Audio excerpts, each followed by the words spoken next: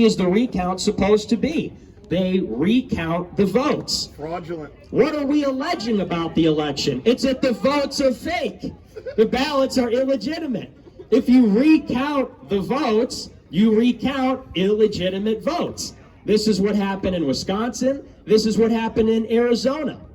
In Georgia. In Georgia, for example, they conducted a recount over there. They completed it last week and certified the results. And during the course of the recount, they would find many ballots where people had voted twice. The same voter would have more than 2 ballots. They would count all of them. That's what the recount does. They recount all the ballots they counted initially, including fraudulent duplicate ballots. At the same time, they're not verifying signatures and addresses. How are you supposed to know which ballots are legitimate when you can't verify that the person that sent in the ballot is the person that ballot is registered to? You can't. Forensic audits! That's right, exactly right. What we're calling for is not a recount. We could recount these votes every day for the next 4 years and you'd get the same result. What we need is an independently monitored audit in every single state.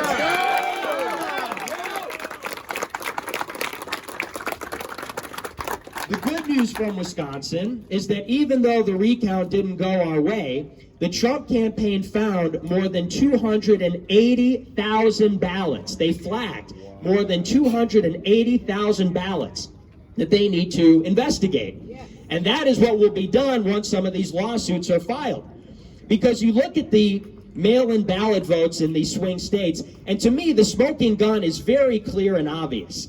And I said this the other day, the media has been telling us since the election, there's no evidence of fraud. There are baseless accusations from the Trump campaign.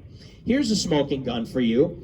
In the year 2016, the rejection rate for mail-in ballots in Georgia was 6%, meaning they rejected 6% of all the mail-in absentee ballots that they received because they were illegitimate. In 2020, do you know what the rejection rate was in Georgia?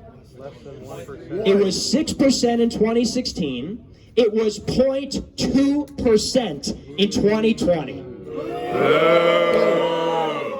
Does anybody believe for 1 second that in this election, when you had more mail-in ballots than ever before in American history, that the system got more than 30 times more efficient? No. But that's what they're telling us. They're telling us that even though we have a record spike in the number of mail-in ballots, more received, more requested, more in the system, they solicited millions of ballots, that the rate of fraud and abuse went down, and not down by a little, not even down by a lot, but down almost exponentially. That is impossible. When Barack Obama challenged his votes in 2008, he found a rejection rate of 62% of the ballots that they flagged. 62%. Those were the ones that they wanted to look at. In Wisconsin, the GOP found 280,000 ballots worth investigating. If they reject 62% of those ballots, and by the way, how many of those fraudulent ballots do you think went for Biden? That means we win the state of Wisconsin. Let's go!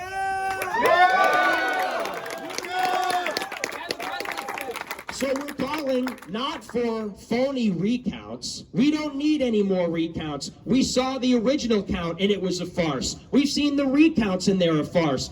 The operative word is independently monitored audits of every single ballot. That's the only way. So don't listen to them when they tell you, well, the recount shows that there's no fraud. The recount isn't designed to show that there's fraud. Additionally, the media is trying to demoralize us by telling us all of the president's lawsuits are being thrown out in the local and state courts. But the point is not to win these cases in local courts. The point is to win in the Supreme Court. That's why we got Judge Amy Coney Barrett confirmed. Let's go! In the year 2000, in the Bush versus Gore case, it was an election contest, the Bush campaign lost every single lawsuit until it got to the Supreme Court, where he won. Yeah! So when they tell us they're throwing out your lawsuits, you're losing your lawsuits, it doesn't matter until it gets to the Supreme Court. That's what the president said on election night. He said there was fraud, and we're taking it to the Supreme Court, and that's what we're doing. And I have a lot of confidence, actually, in going to the Supreme Court, because what has been done in each of these swing states is obviously unconstitutional. Yes, exactly. And we know this already because of the case in Pennsylvania. In Pennsylvania, their state Supreme Court extended the deadline for when they can receive mail-in ballots. There's one problem with that. The state Supreme Court does not have the constitutional authority to do that. That's right. The state Supreme Court has no jurisdiction over how a state conducts these presidential elections. They extended the deadline contrary to what the state legislature had ruled. There are tens of thousands of ballots that were received after the deadline set by the state legislature.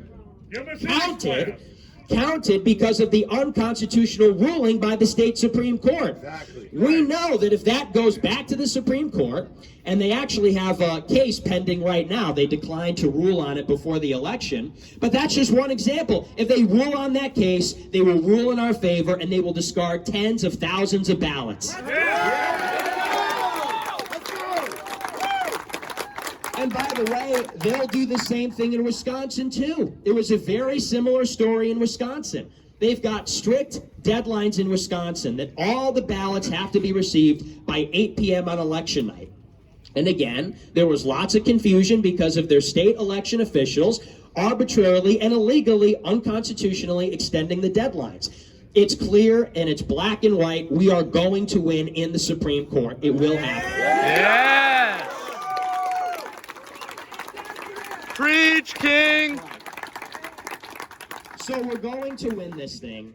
It's just a matter of if we show up and pressure the system. I don't have any confidence in the system. Do any of you have confidence? Hell no! The system is a joke. The system has screwed us for years. The system has screwed us for decades. Why would we count on the system right now when it is the most important election maybe in the history of our country? There's no reason to. What will make the difference is people like yourselves, the 74 million Trump supporters, turning out and sending a message to these local Republican officials that they have to actually do their jobs. Yeah! Let's go! Arizona is a red state, and that should mean something. Arizona has been a red state for 70 years. Arizona has a Republican state legislature. Arizona has a Republican governor. And we should have a Republican president elected in this state. Yes! There is no excuse, and there's no reason why we shouldn't have that. And so this is a message to the governor of the state, Doug Ducey. Where are you? Where is he? Nowhere. Where's McSally? You know for a fact that if this were happening to a Democrat, they would have all of their leadership here at every one of these things. They would be marching in the streets. They would be, you know, when they walk and they hold hands together and they do, you know, a march through the streets. Good trouble. Good trouble. That's right, yeah. We never hear the end of that one. John Lewis, good trouble. Yeah, they'd be making a lot of good trouble. Nancy Pelosi would be here. Where's Kevin McCarthy? Do you see him here? No! Chuck Schumer would be here. Mitch McConnell, where are you? Is he here? No! Of course not. Alexandria Ocasio-Cortez would be out here fighting. Where is Dan Crenshaw, Nikki Haley, Ben Sass, and Marco Rubio? Are they here? No! They are nowhere to be found.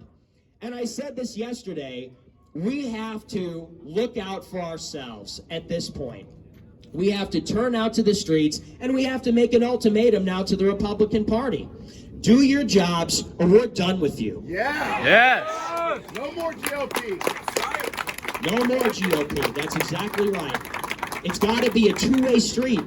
For decades, it's been a one-way street. Everybody knows this. Think of it.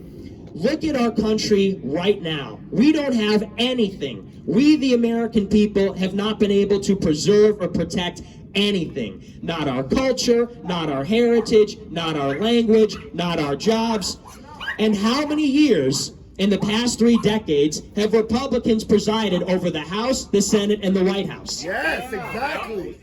The point is this: no matter who is in charge, the result is the same. The country keeps going downward, no matter who is in charge.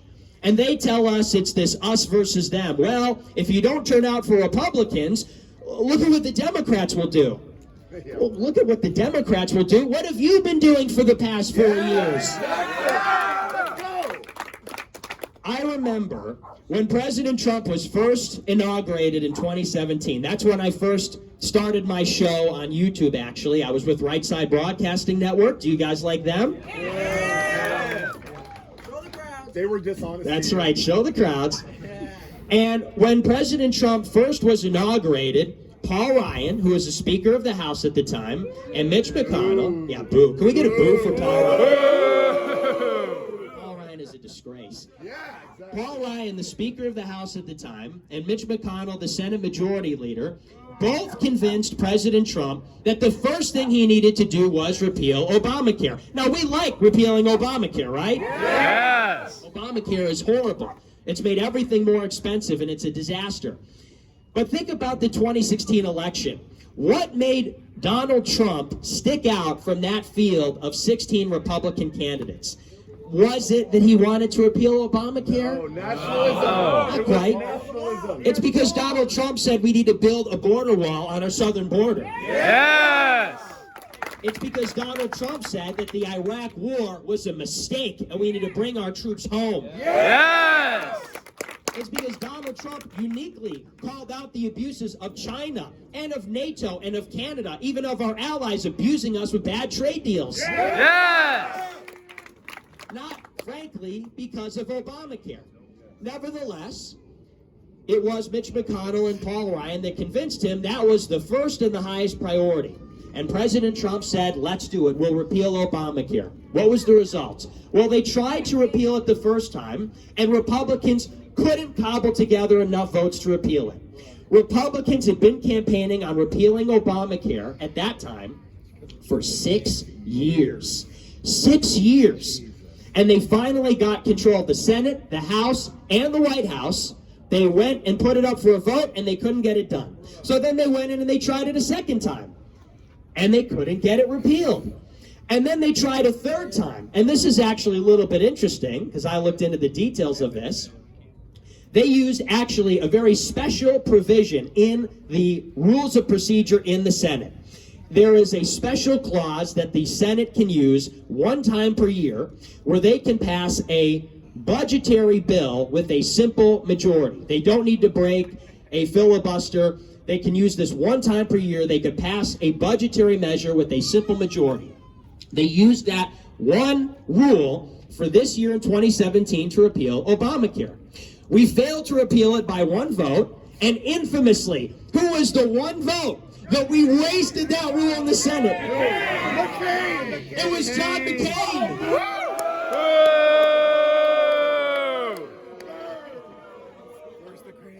And I don't blame you, because I'm sure none of you voted for John McCain. Spit on his grave. I remember a year ago, or a couple of years ago at CPAC, I don't know if you guys remember this, Michelle Malkin.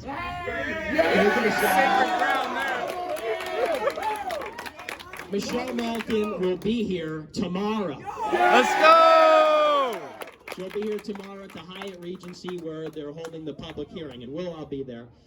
But at CPAC a couple of years ago, she said, I'm talking to you, the ghost of John McCain. And I saw that and I said, that is so badass. That is so hardcore. I said, but there was one mistake. She should have said, I'm talking to you, the ghost of John McCain. Yes. Talking to you. No more neocons. And maybe that's a nasty thing to say, but they say in Dante's Inferno that it's the lowest level of hell that is reserved for traitors. Yes. Traitors to their country, traitors to their people. They said it's in the three jaws of Satan. It's Brutus, Cassius, and Judas. And maybe John McCain is with them now. But the point is this. 4 years of the Trump administration and look at the obstacles to our progress. For example, on appropriating money for a border wall. Look at the obstacles to progress on bringing our troops home from the Middle East. Does it come from the Democrats? In some ways, yes. It always comes from the Democrats. But the point is, it comes from the Republicans too. And sometimes it comes more viciously and more consistently from Republicans than from Democrats. It should not be that way. It shouldn't be that way because it is us, the American people, the real American people of the real traditional American nation that vote for them. It's us that contribute to their campaigns. It's us that knock on doors for them. It's us that identify with their party. And we vote for them every year and we don't get anything in return, and that has to stop right now. Yes! They're talking about a great reset. And the great reset that they're talking about is basically destroying Western civilization, resetting it, and in its place creating some kind of totalitarian technological society. The real opportunity, I think, is for a different kind of great reset. And that great reset is resetting American politics. That great reset is realigning our American politics. That's realigning our Republican Party. And we're resetting it from a party that represents business interests, a party that represents global special interests, a party that represents donors, to a party that represents and puts first the American people. Yes! That's the great reset that has to take place. And all of this will have been done in vain if that doesn't occur. If you look at in 2016, President Trump running in the presidential primary, he basically destroyed the GOP. Yes! And it was awesome. Yeah! And let's not forget, it's not like they let him do this easily in 2016. Does anybody remember that election? Yeah! They lied, they cheated, the party tried to screw him time and time again. It was only because President Trump just kept winning in primary after primary. They kept saying 20% is his ceiling of support. He will never surpass 20%. And then the next week he'd have 35%. And they'd say 35% is the ceiling. He will never get past 35%. And he kept going up and up and up. And in this election, running as an incumbent, he had a 96% approval rating in the GOP, the highest out of any president.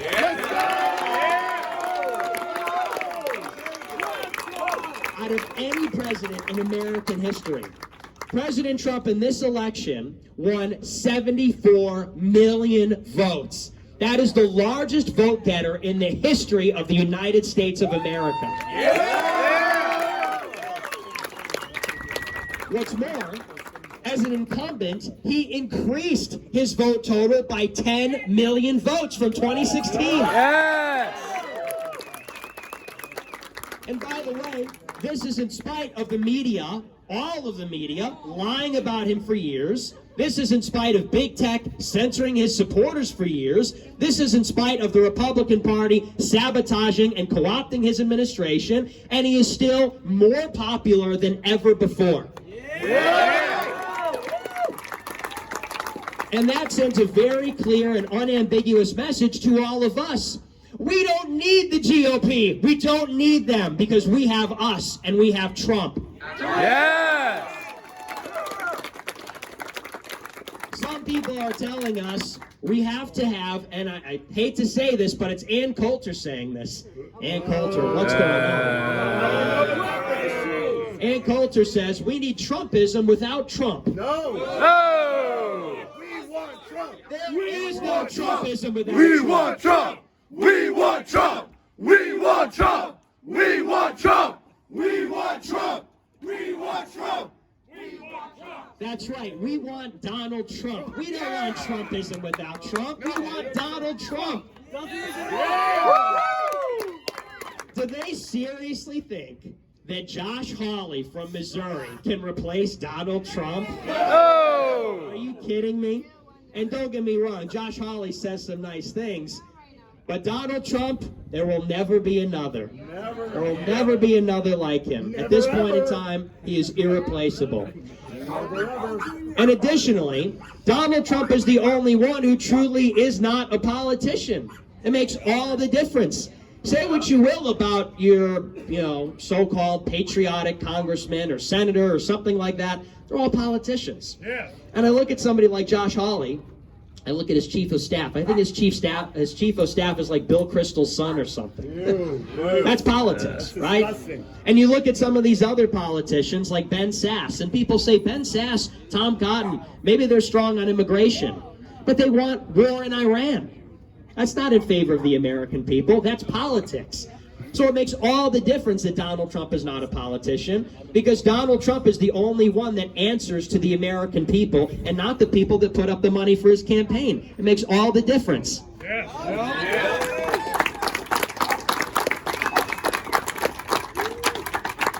We have a few dogs. I think we have a few dogs over there. They're Republicans, she says. Where's Albert? We want Albert. Albert. Yeah, We want Albert. Republicans. So the point is simple. We can't let them get away with this. And I'm not talking about just the Democrats with their fraud, but the Republicans with their betrayal. It has to be a new and a fresh start now, or like I said, all of this will have been in vain. Everything that we've done over the past 4 years. Trump mounting this impossible campaign to defeat every major Republican in the country, to defeat Hillary Clinton, the most corrupt candidate in history, to fight. Lock her up. That's right, lock her up. Lock her up. Lock her up. Lock her up. Lock her up. Lock her up. Lock her up. It's so true. We need to lock up a lot of people. I said this the other day. Why is it that these people, they get away with crimes and they never pay the price? I say this all the time. It's like I drive 15 miles over the speed limit, 15 miles per hour over the speed limit. I get pulled over, I get a ticket. Barack Hussein Obama is out there committing war crimes and he walks free. Isn't that so true? It's Barack Obama, Hillary Clinton, Joe Biden, and it's obvious. The evidence is out there. You have the Hunter Biden laptop. You have the WikiLeaks emails. You've got all the evidence right there. And these people, Barack Obama buys a multi-million-dollar home in Martha's Vineyard. Why should it be like He this? was buying hot dogs. That's right, right? He was buying How many millions of dollars for hot dogs and pizza, right, in the White House? Give me a break. Sorry, but he was buying. This is America. Nobody is above the law. Nobody. Yeah. Not Barack Obama, not Joe Biden. So they have to be locked up. But President Trump fights through. He beats Hillary Clinton. He fights through for 4 years, battling the media, battling Republicans in Congress, battling neocons in the Pentagon and the DOD. Fights through in 2020. I got to be honest, I was getting even a little bit nervous about 2020. You see the vote totals. Donald Trump won that election by a lot. Yeah. Exactly. So he fought through and came out and even won re-election. And all of that will have been in vain. It will have been for nothing if after all that we let the Democrats steal the election, and what's worse, we let the Republicans return to business as usual. Never. We can never let them return to business as usual. It's done. Never. Done. It's got to go. Turn off Fox. But that's exactly what they want to happen. And I've been saying this for 4 years. The real battle that's coming up is in 2024. Whatever happens in this election, the real battle will be who will inherit this Republican Party in 4 years after Trump leaves, whether it's in this election or the next election. It'll be Nick Fuentes. Yeah. Nick.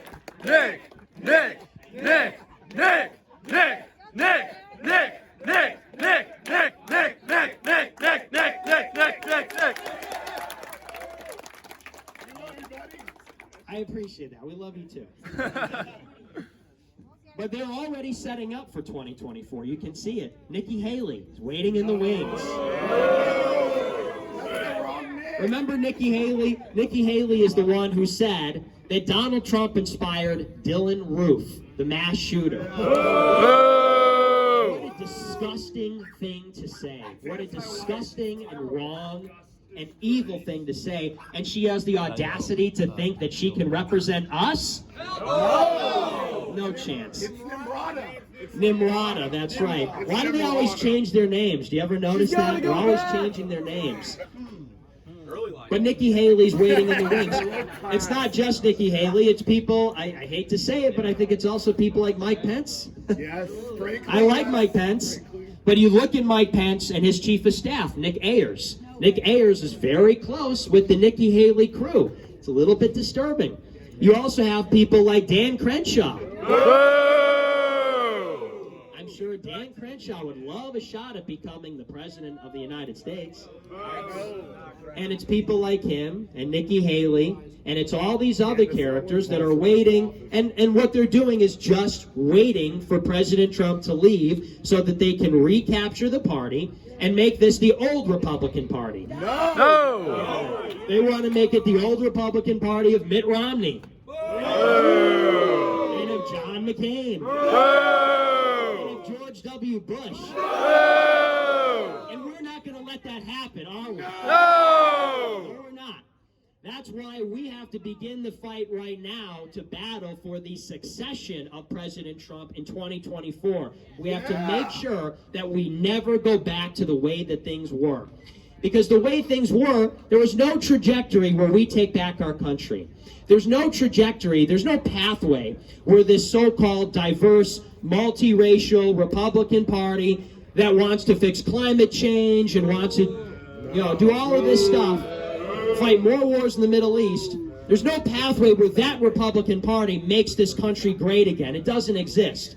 The only way that we make this country great again is by creating a new party for America first. Yeah! America first! America first! America first! America first! America first! America first. And we're not necessarily talking about actually creating a whole new party, but gutting this Republican Party and filling it with you, filling it with the people. Yeah! Doug Ducey, we're coming for your job. Yeah! You will be replaced by one of us, one of the people. Yeah! And the same goes for all these Republican politicians. Your days are numbered starting right now. Yeah! We know all of their names. We know every single one of their names. We created a list.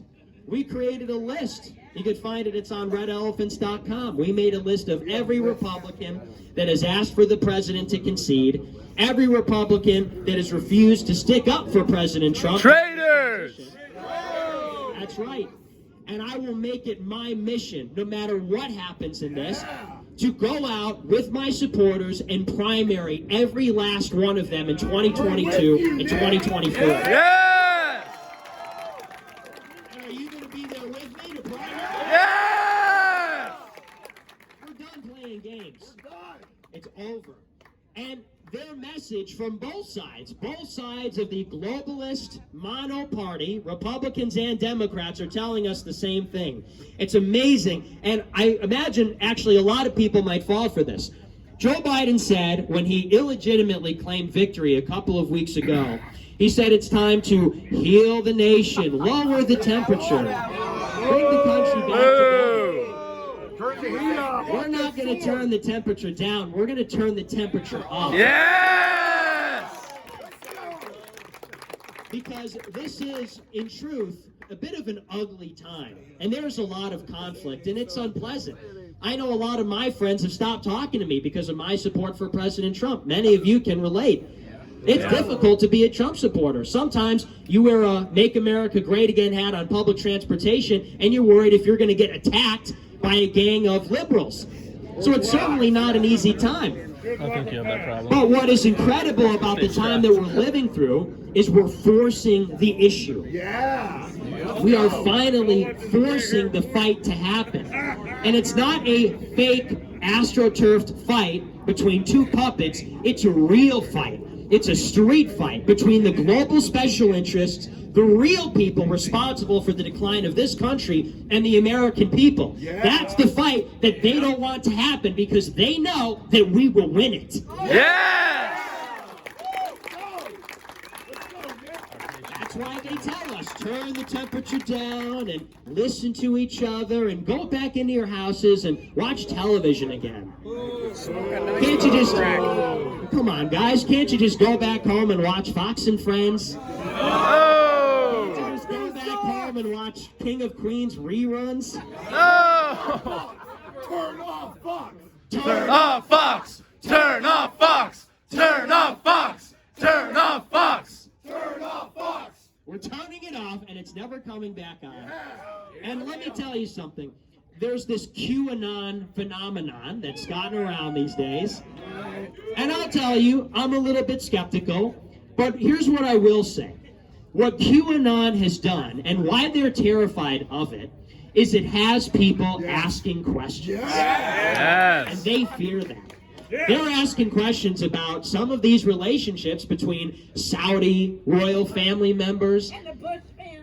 and the Bush family, that's right. They're talking about the tunnels, the Clintons. What about comments? They're talking about satanic pedophiles and Bohemian Grove.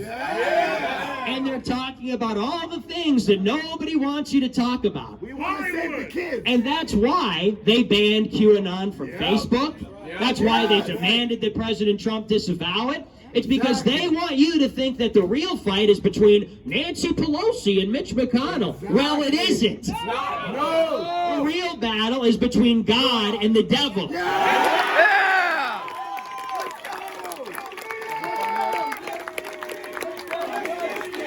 Christ is king. Christ is king! Christ is king! Christ is king! Christ is king. Christ is king. Christ is king.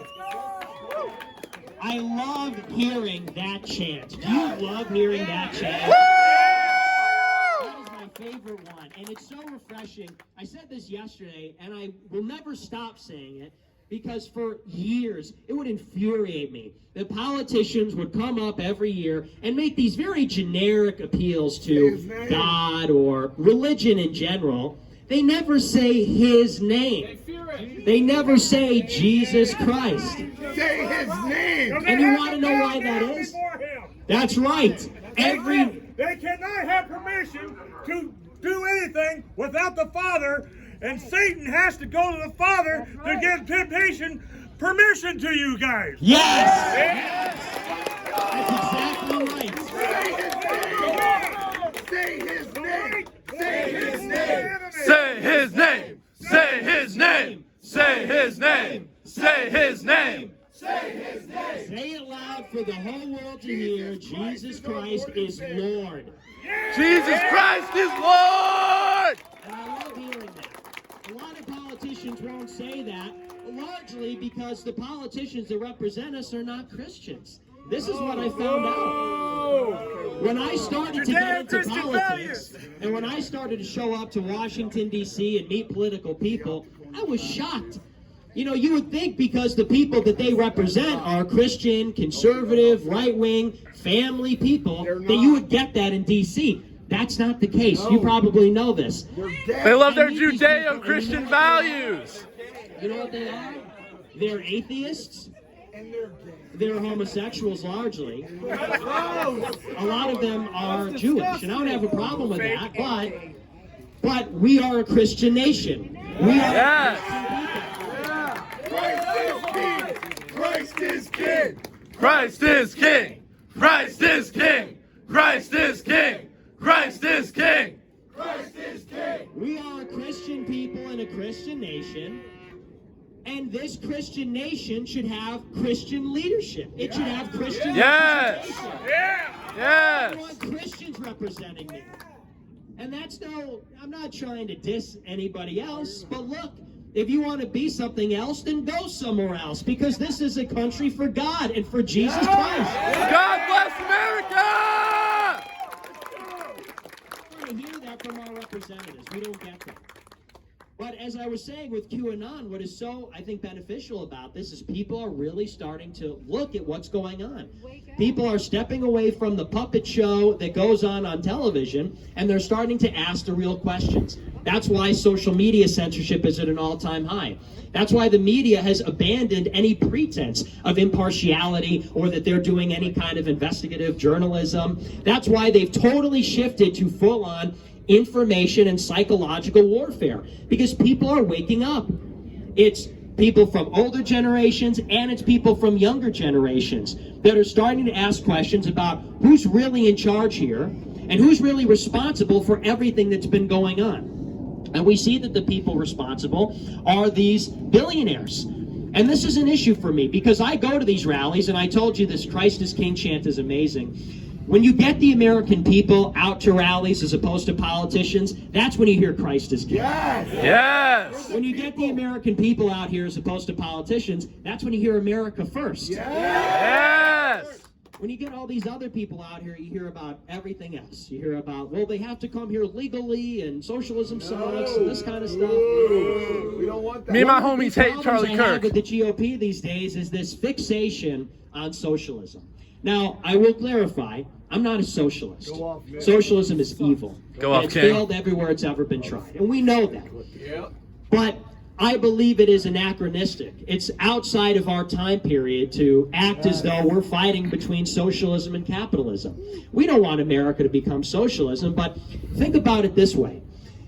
The Democrats outspent Donald Trump in this election $5 billion to $2 billion. Who put up the $5 billion? Corporations. Was it the socialists? No. I mean, maybe it's people that are sympathetic to socialism, but largely it was multi-billionaires. It was big business. Yes. It was people that own hedge funds. It was people in the Fortune 500. If you look at political contributions, the biggest groups that contributed to Donald Trump were truck drivers and machinists, police, real Americans, in other words. Yes. And who contributed to Joe Biden? Well, it was largely lawyers, accountants, financial professionals, middle management. And don't get me wrong, we have a lot of accountants that are Trump supporters and lawyers that are Trump supporters and things like that. Soros money. That's right, George Soros. And it's George Soros, who everybody knows. It's also actually David Koch as well. This didn't get a lot of press coverage at the time. But the Koch, back then it was the Koch brothers, now it's the Koch brother. But this was a couple of years ago that the Koch brothers said Donald Trump wants to halt illegal immigration in this country. And God bless him for that, by the way. But the Koch brothers said Donald Trump wants to stop immigration in this country. He's a nationalist. So they said, you know what? Because we benefit from the cheap labor that comes from mass migration, that's not good for our bottom line. That's not good for our businesses.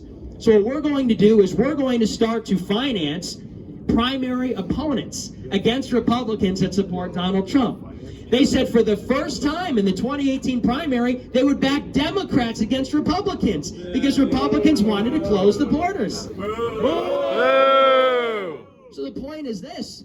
Whether it's George Soros or it's David Koch or it's the Sacklers or Jeff Bezos or any of them, They all hate you. they all hate us. you. They all have hate contempt all of for us. They all have contempt for our way of life. They loot and they pillage the wealth of this nation for their profit. Now, I don't want that to sound like some kind of Bernie Sanders screed because I believe in private property.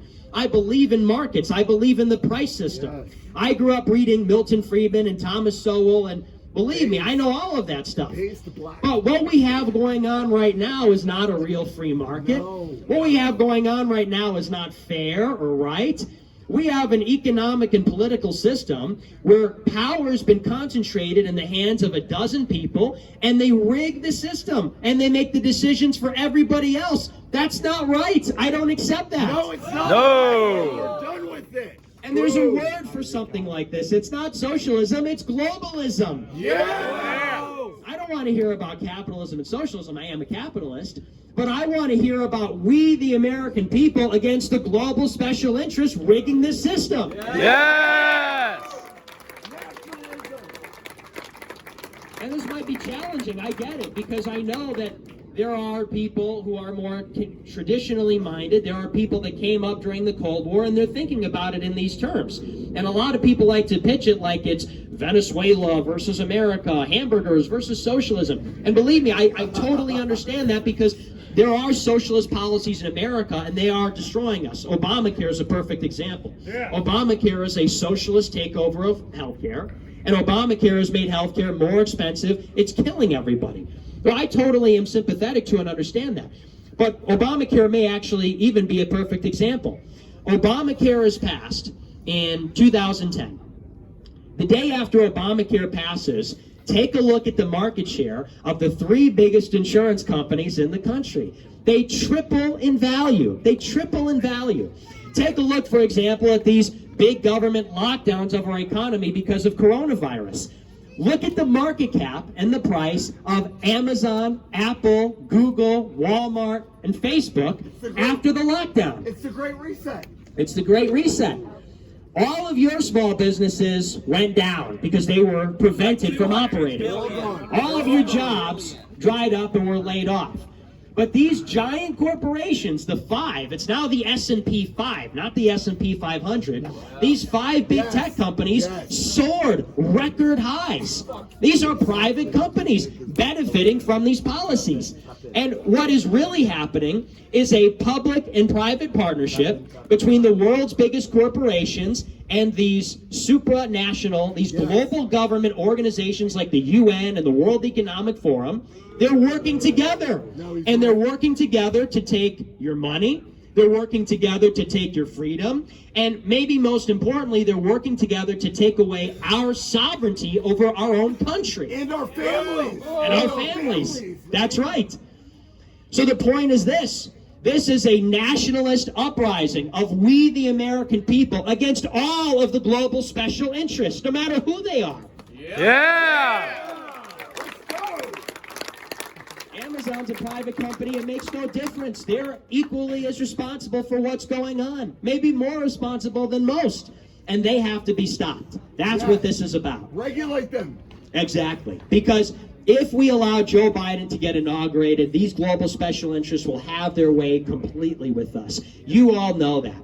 And this would be the case even if Joe Biden wasn't completely mentally incompetent, if he wasn't totally demented. It would be the case no matter what. The Democrats get in. It was actually kind of funny. A lot of Bernie Sanders supporters voted for Joe Biden. Isn't that kind of funny to think about? The boomer girl. Bernie Sanders supporters vote for Joe Biden. And who does Joe Biden bring in on his transition team and in his administration? Lobbyists, millionaires, the people from the big banks. You know, all of these elites that the Bernie Sanders people oppose. I guess there's no refunds, right? No refunds for the Bernie Sanders supporters. So they all come in there. It's not going to be this progressive, hardcore, left-wing administration. It's going to be a globalist fire sale. Globalists coming in, and you already see it in the transition team. And what they're doing right now is they're going to institute a lockdown that never ends. What do you think benefits from that? Joe Biden gets into office, locks down the whole country permanently. All your businesses go out of business. I mean, you literally can't sell anything. They make it so you can't even open. They make it so the customers can't walk through your doors. Your businesses close, your jobs dry up. Well, where do you get your food from? Where do you get your products from? You get them from Amazon, you get them from Walmart, you get them from... And by the way, what are you doing the entire time while the lockdown is going on? What are you doing? You're buying from... What are you doing while you're sitting around at home? You're on your phone, made by Apple. Yes. You're searching things on a search browser made by Google. Exactly. You're looking at videos on a video platform, YouTube, owned by Google. Exactly. You're sending messages and buying products and all of this on a platform called Facebook. Watch D Live And instead. what this represents is the largest wealth transfer in the history of the United States. They're taking all of the productive capital from the middle class and they're redistributing it in two ways. Redistributing it first to the usual ingrates, the non-taxpayers, the Democrat constituency over here at the bottom, and they're redistributing it to the very top, the Amazon, the donors, the giant corporations that put up all the money. It's that simple. And take a look at the coronavirus bailout. I thought for once Congress maybe is going to have our backs. They destroyed the economy with the lockdown. Then they started to talk about bailing everybody out. They talked about direct cash payments to Americans. Well, if you combine the fiscal and monetary bailout, it was something like $6 or $7 trillion altogether. Do you want to know how much of that went to the direct cash transfers to American citizens like yourself? $250 billion. 250. So they found, now they tell you all the time, we have to balance our budget, we have to have austerity and so on. Well, they found between monetary and fiscal measures, something like $7 trillion, and out of that, it was $250 billion that actually went to paying you. When the Federal Reserve prints more money, who gets it first? Banks, BlackRock, the major companies that make up the major stock indices. BLM gets it also. BLM too. BLM gets the money from when the they're Ford Foundation. allocating this money fiscally, when they're allocating it from the taxpayers and they're giving out, these big bailouts for businesses, who do you think it's going to? It's going to Boeing, it's going to Raytheon, it's going to defense contractors, it's going to federal contractors. The point is this: there are two simultaneous wealth transfers happening. They destroy your business, and Amazon picks up where you left off. They take away your job, and like I said, all these giant corporations, and sometimes the government picks up where you left off. And then at the same time, they're taking your money through taxes, which they're raising, and then they're just giving it away. Giving it away to the defense contractors, giving it away to giant corporations, giving it away to Black Lives Matter. That's what's coming next. No reset. Black Lives Matter is terrible. Can we get a Black Lives Matter sucks chant going on? BLM sucks. BLM sucks. BLM sucks. BLM sucks. BLM sucks. BLM sucks. It's horrible. This is the worst organization in the history of the United States of America, in my opinion. They're witches. They are witches. They are in there. It's anti-white. It is anti-white. And that's I mean, look at their policies. Did you see Cory Booker's farm bill? Hey, can we get a boot for Cory Booker? Let's go. Cory Booker wants to pass a law in the Senate that says the federal government is going to take your money through your taxes, and they're going to buy your farmland, and they're going to give it away to people who are black. This is supposed to be some kind of Black Lives Matter bill. That's only the beginning. That's what Black Lives Matter was all. That's what it was always about. They said they'll forgive all. It was always about reparations, ultimately. What do you think it is in Minneapolis when the city goes up in flames and they loot Target and they loot the liquor store and they loot the phone store? It's reparations. Exactly. And what's going to happen next is it's just going to be formalized in law. They're going to take your tax dollars and they're going to give it away to black voters. It's as simple as this. This is what's coming next. It's all part of this corrupt Biden plan. That's why we have to put a stop to this right now. Because if Joe Biden gets into office, between the Great Reset, between Black Lives Matter, amnesty for 30 million illegal aliens, there's no future for this country if Joe Biden gets inaugurated. There's no future for the Republican Party if Joe Biden gets inaugurated. Ronna McDaniel and other Republicans are telling us, well, we'll worry about this election fraud after January 5th. She said that this week. Wait until after January 5th. It's all said and done after January 5th. What are you talking about, Ronna McDaniel? Nick, just run for office. Does Ronna McDaniel represent any of you out here right now? No! Of course not. It should be the other way around. We will worry about your Senate runoff in Georgia after you protect our president. Yeah! Let's go! Let's go, Nick! That's the only way it can be. Let's go! They have told us over the past few weeks, and by the way, I think ultimately we may have to turn out in Georgia, but it has to be conditional. My problem is this message from Republicans, like I'm standing right now, they look down on you and they say, don't you dare sit this one out. You cannot dare to not vote for Republicans. They're our representatives. They work for us, not the other way around. Does it feel like that right now? No! Not even a little bit. We suggested in Atlanta, Georgia, and in some of these other rallies, maybe Republicans wouldn't be so eager to turn out for their Senate runoff if they can't protect our president, if they can't listen to us and stop the voter fraud. And you know what the response was? It was, don't be ridiculous. You can't think about sitting this one out. If you sit this one out, the Democrats will do X, Y, and Z. Well, why should we care? They're already doing it, exactly. And the Republicans will help them, whether they have a majority or a minority. It makes no difference. They work for us. They do. Work for us. Our votes didn't count on November 3rd, so why should our votes count in the Senate runoff? Republicans don't seem to care either way. I told some of these Georgia Republicans when I was in Atlanta last week, I said, what if we all just wrote in Trump? What if we all just wrote in Trump in the Georgia runoff election? Because if our votes didn't count on November 3rd, maybe they don't count in the Georgia Senate runoff. And I'll tell you, though, that Republicans can change that. It is in their control. Why should that be controversial? The ball is in their court. We'll vote for you for sure. You just have to work for us for a few months. Yes! And they're telling us that's treachery. They're telling us we can't do that. But they can't even. If the Republican Party can't meet these basic conditions, if they can't do the most basic things for us at a time when the fate of our entire country is at stake, then they're good for nothing and their majority's good for nothing. We don't need that. Yeah! So that's where it stands. The pathway to victory is complicated, actually. It's a complicated pathway. In a lot of ways, it would have been much easier if the Trump campaign had put in poll watchers and they had the 1-to-1 ratio of Trump campaign officials where they were counting ballots. That would have helped a lot more. Now it's a bit of a difficult trajectory here. What we're waiting to see now largely is Pennsylvania. Can we get a shout out for Mastriano, the senator in Pennsylvania? Yeah! A great patriot. It seems like he alone has taken a stand for all of us in our entire country. Some state senator from Pennsylvania. God bless him. Yes! And General Flynn.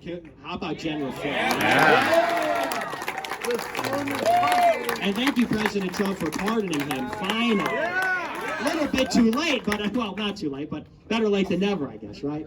So good for him. But in Pennsylvania, we're waiting to see if their state legislature will discard these results. We know the fraud occurred. The evidence is everywhere, and it's overwhelming. We talked about it earlier, the ballot rejection rates. You could look in Milwaukee. They had 7 different wards in the city of Milwaukee where turnout was higher than 100%.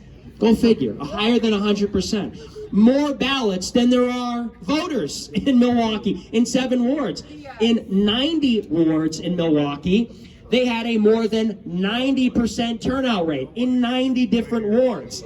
In the entire city of Milwaukee, they had an 83% turnout rate. This isn't possible. It's not possible. In Pennsylvania, they received more ballots, more mail-in ballots, than voters requested. This is not possible. You look at the bellwether counties, I think there's 9 of them. Trump won almost all of them. And yet we're supposed to believe Joe Biden won the election? In congressional races, out of 27 swing congressional races, Republicans won every single one of them. You look at, in a lot of these states, there are some ballots where they only have a vote for the presidential race. They only vote for Joe Biden. The number of ballots that only have a vote for Joe Biden outnumber the ballots that only have a vote for Donald Trump by like more than 100 times. The point is, we know that the fraud occurred. In a lot of these states, they have eliminated the evidence to prove it.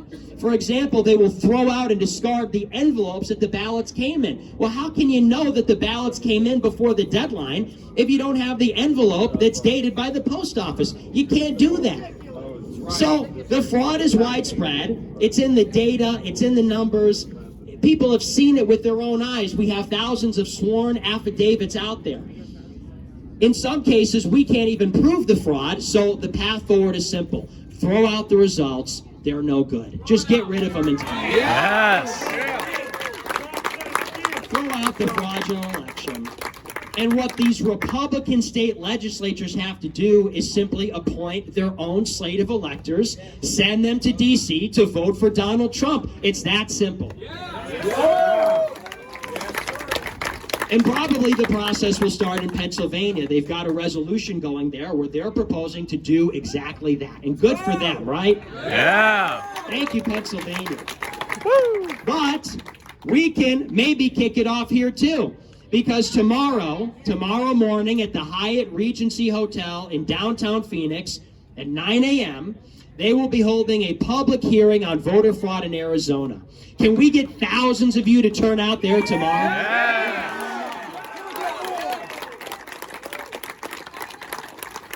And we need thousands of people out there tomorrow to demand that this Republican state legislature do the right thing. Throw out this illegitimate and fraudulent election and pick the electors that vote for Trump. He is the rightful winner of that election. So do what's right. Yes. Do what's right. And by the way, do what you were elected to do in the first place. True. Because I look at somebody, State Senator Karen Fann. Do you know that name? Yeah. Karen Fann, Republican state senator. I've heard that she's on the fence. Karen Fann, appoint electors for President Trump. Yes. We need the people of Phoenix to rise up and say, Karen Fann, do your job. Do your job. Do your job. Do your job. Do your job. Do your job. That's right. And we need all of the Republican state legislators in Phoenix, in Arizona, and in all these swing states. We have Republican state legislatures in virtually all of them. Georgia, Wisconsin, Michigan, Pennsylvania, and right here. Just do your job. Not difficult. Evidence is out there. Everybody's seen it. Throw out the results and take your constitutional power back and appoint the electors for Trump. That's the only thing that we will accept. And it's simple. If you don't do that, you have no future in politics in this state. Yes. Forget the GOP. Forget them. If you don't give us the electors, we don't give you the votes. So good luck in your next primary, and good luck in your next election. We'll remember what you did for Donald Trump, and if you did nothing, then we'll do nothing for you when it comes down to your political career that's on the line. Yeah. No more GOP. So thank you everybody for coming out. I want to pass off the microphone. Is there somebody wanted to come up here and talk about? Let's have you up here, sure. So thank you everybody for coming out. God bless you. America first. America first. America first. America first. America first. America first. America first. America first.